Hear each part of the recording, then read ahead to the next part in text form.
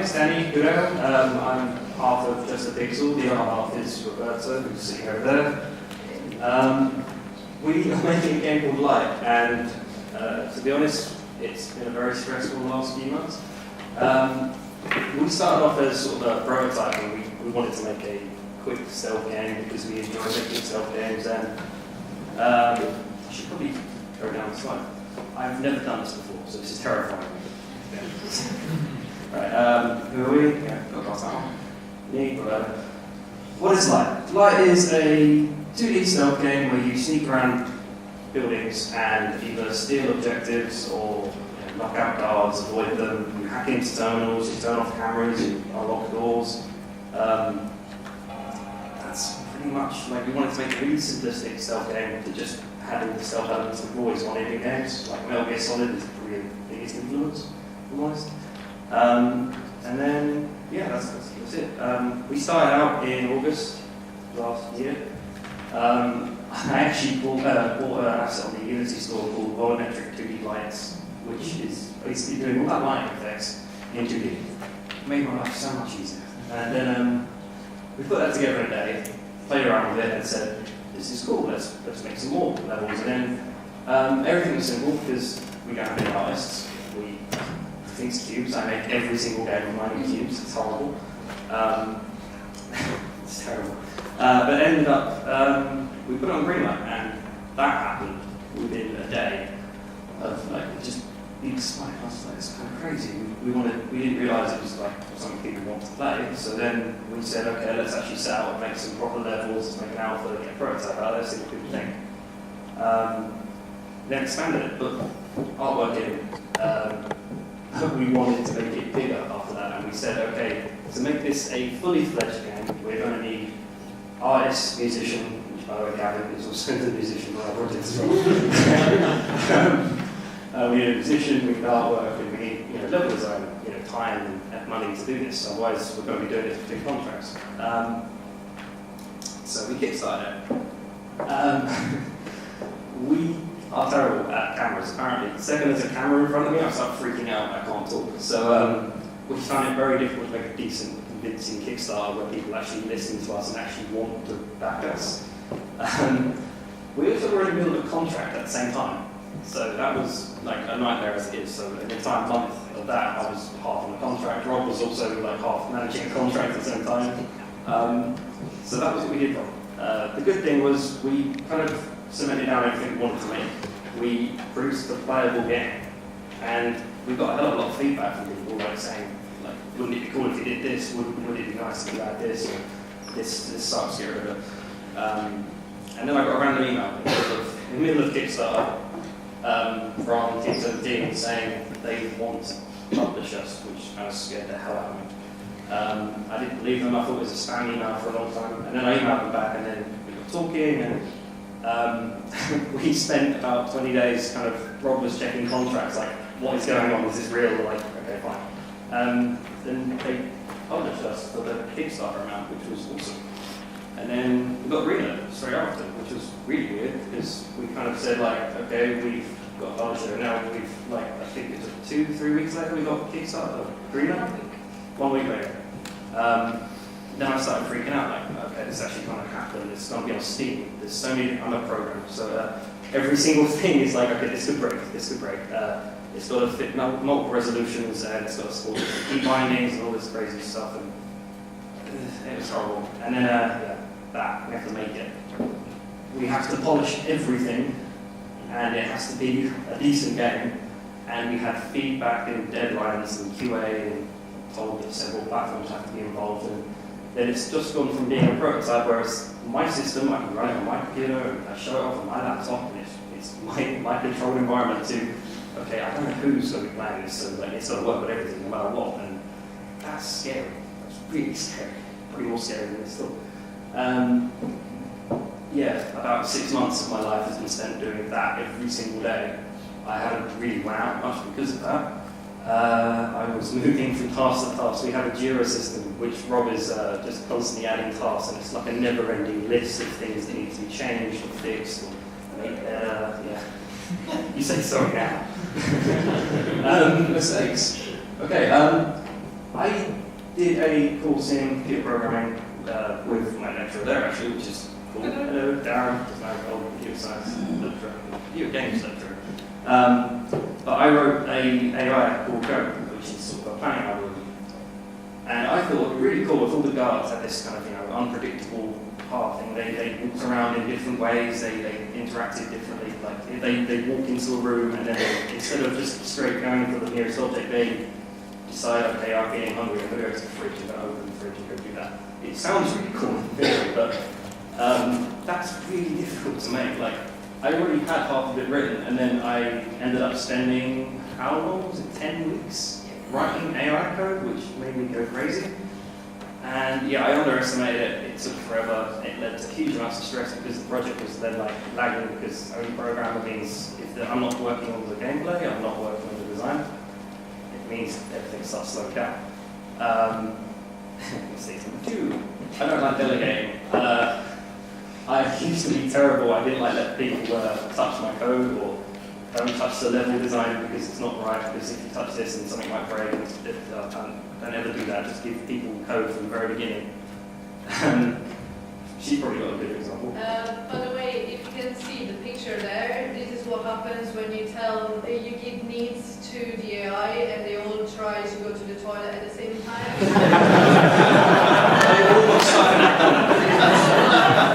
I think what happened is this guy here decided, oh, I want to go in here. And then they all went, no, I'm going first. And they all pushed themselves into the corner. That was the weirdest bug to resolve because it was like, why is that happening?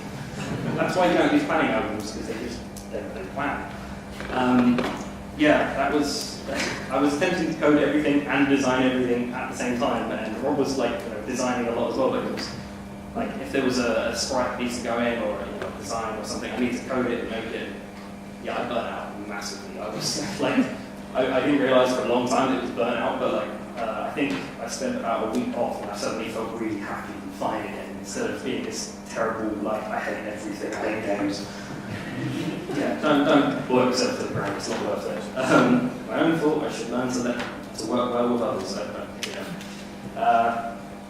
I was always terrified people would break things that I make and then I have more bugs to fix, which adds more to the to-do list. Anyway.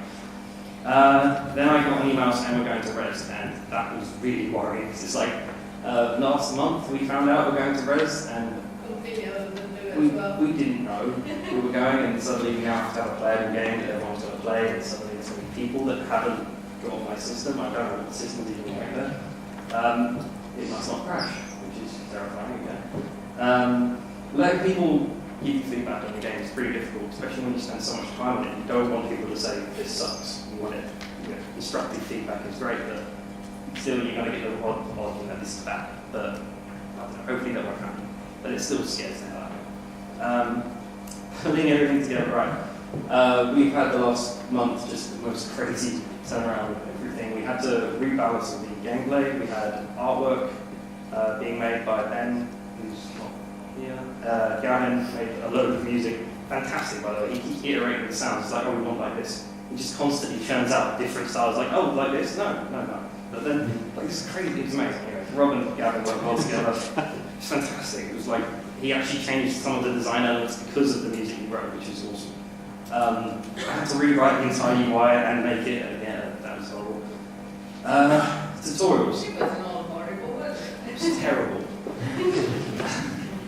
Why is it so hard to make tutorials for a game we've made? Because it shouldn't be that hard. It's like, to explain simple concepts like move left and right, you have to tell people what the keys are. Which sounds really easy, right? But it's not. Because you have to then listen for different events and peeking left and right. Just some really simple mechanics was really difficult to explain in a nice way that wasn't just a lump of text. You have to kind of show it within the gameplay. It's difficult. Lessons learned. Don't lock yourself in a dark room and expect to come out of the game. At the very end, it's fantastic. Keep showing it to people. Let yourself get feedback. Let people rip it to pieces, and so you can build it back up again. Gather feedback early on, and please, for the love of God, hire an artist at the very beginning. Don't do it at the very end. That's a stupid thing to do. I was stuck with cubes forever. Like it was a never-ending cube game. Just cubes everywhere. But, yeah, and then suddenly we hired an artist, and then he said, "Oh, we can have levels like this." which looks really nice now. Wow, I'm pretty quick for that. Any questions? What were the designing artists? Was it just the kind of level design? No, we just had levels that didn't have cubes everywhere. It actually looked like a level. Yeah, just aesthetic.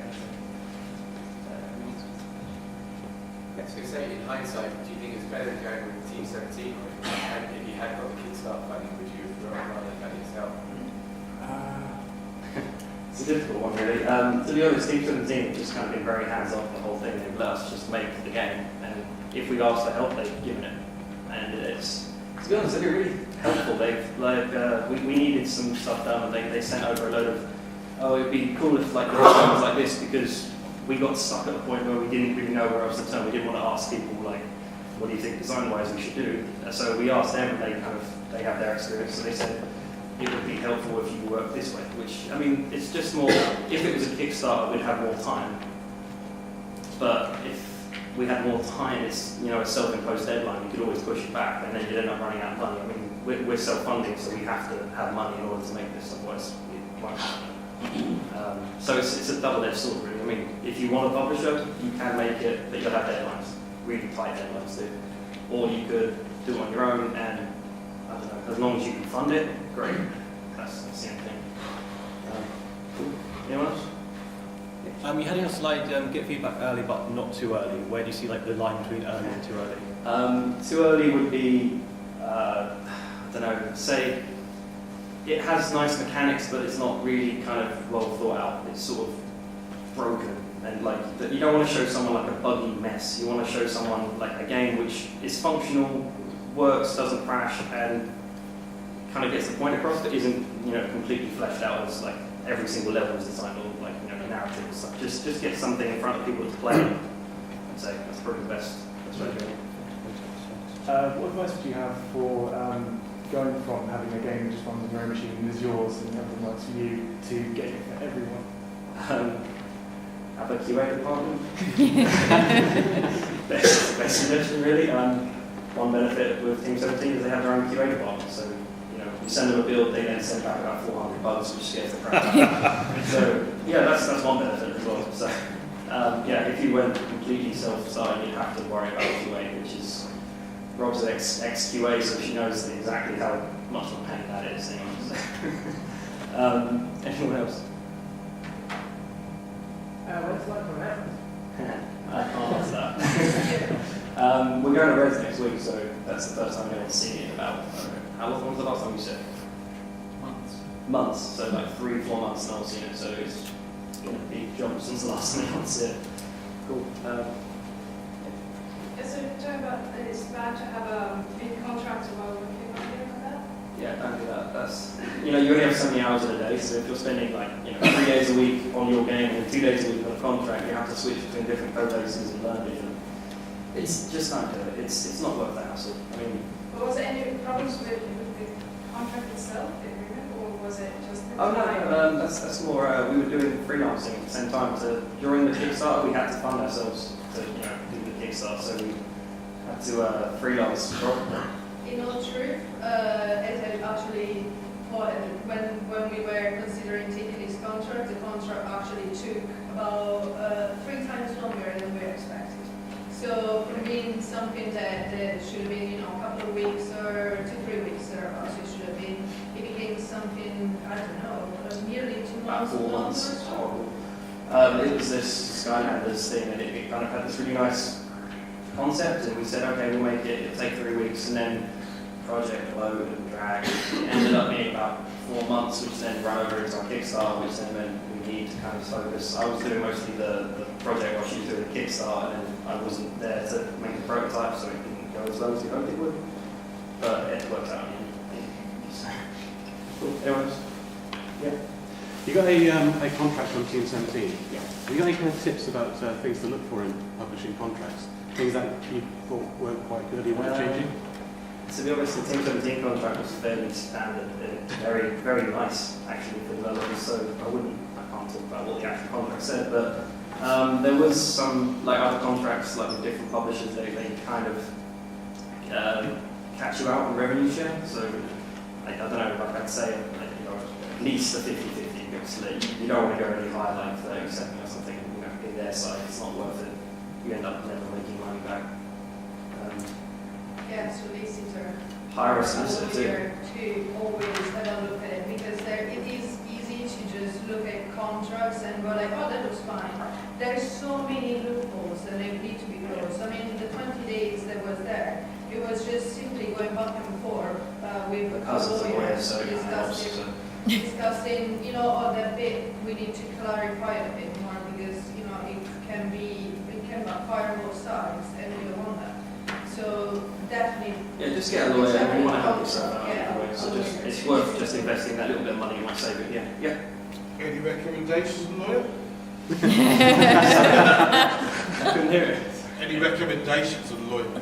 On lawyer. I did have a very close public connection for like Close my cousin is Harvard, so can't really help on that side. But, Anyone else? Any questions? Yeah. People often talking, about going into, small team, complete creative control, rest of it. Obviously, you started off just the two of you. Did you feel that you were losing creative control, like as you were getting other people involved, etc.? Or so obviously, in order to get stuff done, you had deadlines with Team 17, so there was no choice. You had to get the artist, the musician, whoever else. But did you feel as though you kind of lost control a little bit? Was there any downside? Of course, you've got to manage people and all that kind of thing. To be honest, no. I mean, we didn't really have to worry too much about losing control of design, because everything we decided to do, we just made. I mean, we had a design doc before we started with Team 17, so we had already planned out everything we were going to do. It was just, getting the right people involved that needed to make it come to what we wanted it to be, which, like, I had Gavin, we got Ben Clapson, who made a load of 2D art for us. And in terms of design, it's just me and Rob making design. No one else has suggested design for the Team 17 side. They leave us alone. I mean, if we have questions, we ask them, which is perfect. So, cool. Anyone else? You mentioned that Metal Gear Solid was a really big inspiration. Yeah. And I was just wondering how the design process has gone. How much of what you initially planned has come to fruition, how sort of feature creep, things like that, and whether you feel that, I don't know how strongly inspired it is, but whether you feel that having something that's as sort of finely polished as a point of reference has helped in that. Well, to be honest, I mean, it's kind of really helped us out with, if there's for instance, the guards here, they just wander around, and the Metal Gear Solid, they have the little exclamation mark thing, is a classic noise as well.